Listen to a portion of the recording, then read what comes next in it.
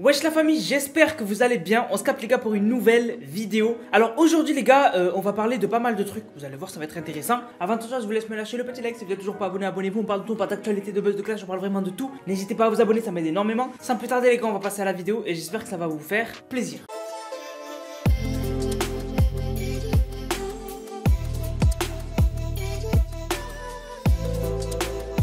Donc tout d'abord les gars, parlons de Twitch et plus particulièrement de Amouranth rapidement, vraiment rapidement.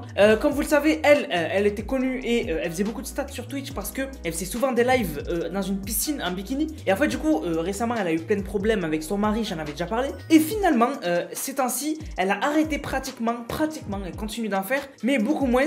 Elle a tweeté qu'en gros avant elle faisait plus de 50% de ses streams autour du bikini et de la piscine. Et ce mois-ci elle en a fait 10%, donc du coup 90% de gaming, et du coup elle fait autant de revenus, voilà. Donc du coup elle fait autant de revenus sans faire ce qu'elle faisait avant, donc du coup c'est tout bénef, voilà. Au moins elle a plus besoin de montrer son corps pour faire des stats. Alors une promo que j'ai trouvé très intelligente, très stylée, pour la promo de Le Monde des Méchants de Niska. Et ben en fait il a fait une promo où en fait il a imprimé des tweets et il les a mis sur des annonces, voilà. Donc en gros c'est que des tweets de haine, voilà, des gens qui le critiquent etc. Et il a mis un tweet en gros qui est son tweet à lui et qui annonce que la mixtape va sortir dans pas longtemps.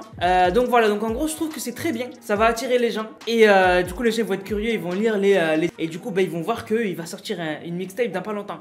Vraiment j'ai trouvé la promo très cool, très intelligente.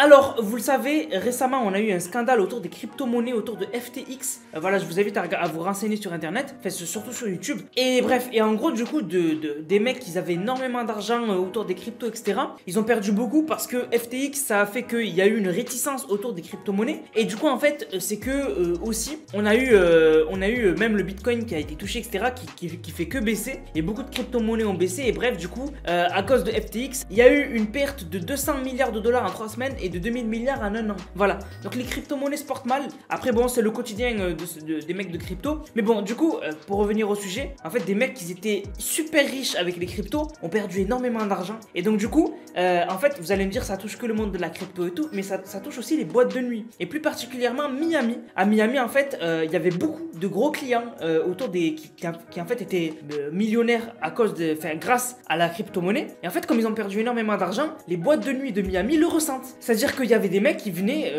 c'est un patron de boîte de nuit quand même, de grosses boîtes de nuit à Miami, qui dit qu'il y avait des mecs des fois de crypto, et ben il suffisait juste qu'ils ramènent une star, 50 cents ou quoi, et du coup il y avait les mecs de crypto qui se ramenaient, ça réservait des tables à 50 000, ça payait 50 bouteilles qui buvaient même pas, et du coup en fait ils faisaient ça pour se montrer, tu vois, pour montrer qu'ils ont de l'argent. Mais comme maintenant ils ont plus d'argent, et ben ces boîtes de nuit qui faisaient des profits des fois de malades grâce à ces mecs là, du coup disent qu'ils sont dégoûtés parce que ces mecs là ne viennent plus dans les boîtes de nuit. Et en plus ces boîtes de nuit elles avaient accepté les paiements en crypto pour ces mecs là. Et finalement du coup là ces mecs là ne viennent plus parce qu'ils ont perdu trop d'argent et limite ils sont devenus pas pauvres mais ils ont perdu beaucoup d'argent. Alors un truc que j'ai trouvé super marrant, c'est Elon Musk qui a partagé sa table de nuit. Voilà, en gros il a partagé une photo de sa table de nuit, comment elle est. Et du coup on voit qu'il y a beaucoup de canettes de coca. On voit qu'il y a un flingue, enfin deux flingues, un flingue vieux et un flingue, voilà, je sais pas si c'est un vrai. Et aussi on voit une bouteille d'eau, enfin une sorte de, voilà, une bouteille d'eau. Par contre, et les gens ce qu'ils ont remarqué c'est que, en fait vous voyez il y a plein de marques de canettes, tu sais. Parce qu'en fait il met pas de dessous de verre ou dessous de canettes, tu vois. Et en fait il protège pas sa table, c'est pour ça qu'il y a plein de traces. Les gens lui ont dit voilà tu devrais investir dans des dessous de verre. Et en fait du coup ça a lancé un peu une trend où les gens en fait ont tous partagé en fait leur table de nuit en gros, comment elle est. Et j'ai trouvé des images vraiment cool, on va en prendre quelques-unes, vous allez voir. Donc il y a ce premier mec qui a montré sa table de nuit, donc là rien de spécial, on va appeler ça un mug Batman, voilà, on voit un réveil etc. Il y a un mec qui a mis qu'il avait des trucs de McDo, manga, trucs. En fait j'ai trouvé ça trop stylé de voir un peu. Bon après je pense qu'il abuse parce que là du coup il y a des mecs du coup qu'ils ont troll, tu vois, ils ont rajouté des trucs qui je pense ne sont jamais là, qui sont jamais sur leur table de nuit, etc. Voilà. Bref, en tout cas vraiment j'ai bien aimé, franchement j'ai bien aimé que les gens ils partagent ça m'a fait rire. Alors pour finir les gars, parlons de la Coupe du Monde. Alors la Coupe du Monde en fait, ils avaient déclaré en fait qu'il y avait quand même certaines règles à respecter. Et en fait il y avait eu en gros ces directives. Donc le Qatar avait dit les visiteurs doivent faire preuve de respect pour la culture locale en évitant d'être trop dévêtus en public.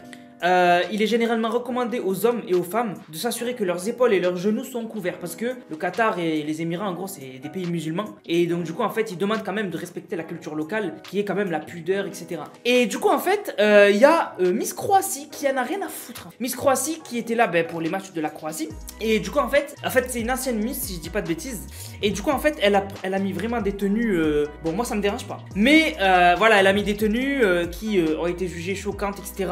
Mais vraiment il y a beaucoup de gens qui ont partagé les photos en mode moi ça me dérange pas et tout. Voilà, mais en tout cas on la voit, voilà. Tout ce que j'ai à dire c'est que dans les gradins on la voit, voilà. Elle en a joué puisque il y a des commentateurs qui du coup avaient dit que genre quand elle partait à un moment le mec il disait pourquoi tu pars, pourquoi il y a des commentateurs c'est des malades. Bref donc voilà, bref donc du coup on la remarque, voilà on la remarque et ça a fait beaucoup parler puisque elle est pas dans les règles puisque voilà gros décolleté et tout simplement. Sur ce la famille, j'espère que la vidéo vous a plu, si c'est le cas n'hésitez surtout pas à liker, commenter, partager. On se capte les gars pour une prochaine vidéo, c'était Nanas, prenez soin de vous, bang bang bang.